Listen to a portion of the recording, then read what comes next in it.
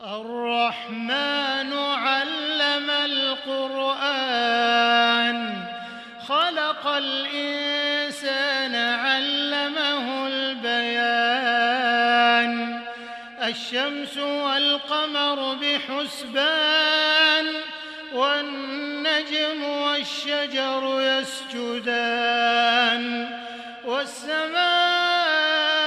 رفعها ووضع الميزان ألا تطغوا في الميزان وأقيموا الوزن بالقسط ولا تخسروا الميزان والأرض وضعها للأنام فيها فاكهة والنخل ذات الأكمام والحب ذو العصف والريحان فبأي آلاء ربكما تكذبان خلق الإنسان من صلصال كالفخار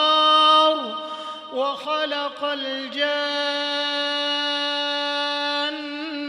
من مارج من نار فبأي آلاء ربكما تكذبان رب المشرقين ورب المغربين فبأي